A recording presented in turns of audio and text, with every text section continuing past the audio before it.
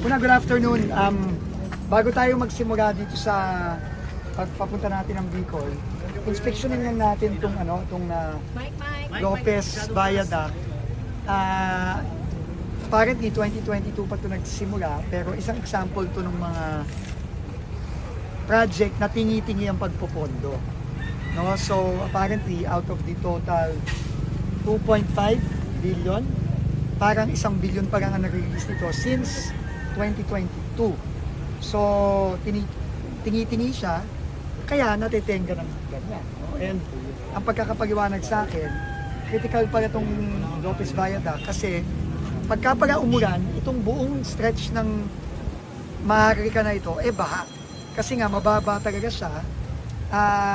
So, pagka tag-ulan, pag may bagyo, hindi ka na makakadaan dito. So, iikot ang mga sasakyan, malayo. No?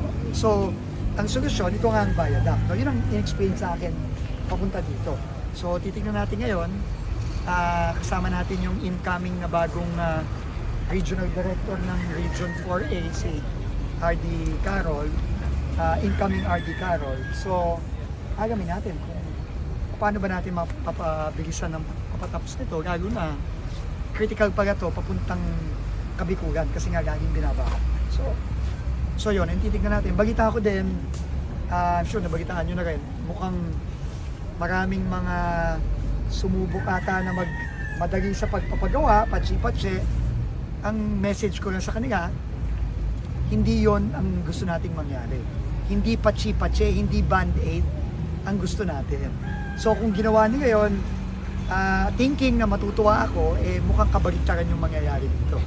No? Kasi hindi yon ang rason kung bakit natin pupuntahan ng Maharlika ngayon, at hindi yun ang rason na sinabi ng Pangulo ayusin ang Maharlika, hindi ganito. No? Hindi ganyan ang, hindi patsi-patsi. Gagawin na natin to ng tama, gagawin na natin to ng mabilis kasi kailangan na to. So, inutusan ako ng Pangulo na pumunta kagad dito, nandito tayo ngayon.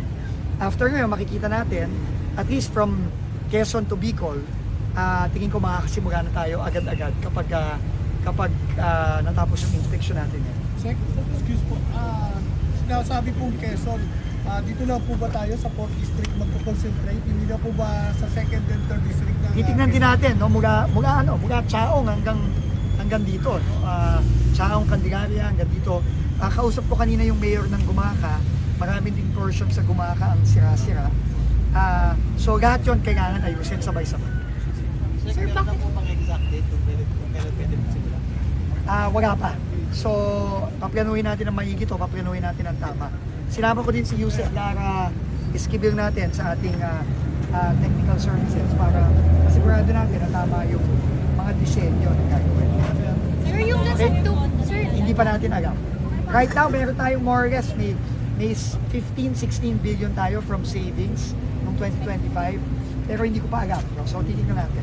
sir, possible din po kaya na bumaba din yung presyo ng cost ng project kasi nakalagay po 2.58 billion yung project, 2.58 kilometers. So parang Which one? Itong viaduct? Yung viaduct. Ito kasi awarded na to eh. Parang 1 billion a kilometer. Ito kasi awarded na. So, titignan natin. We will review the costing. Pero ang problema kasi sa mga project na ongoing, na bid out na, mayroon ng kontrata yan, then there are a lot of legal complications to changing it. No? But we will see. No?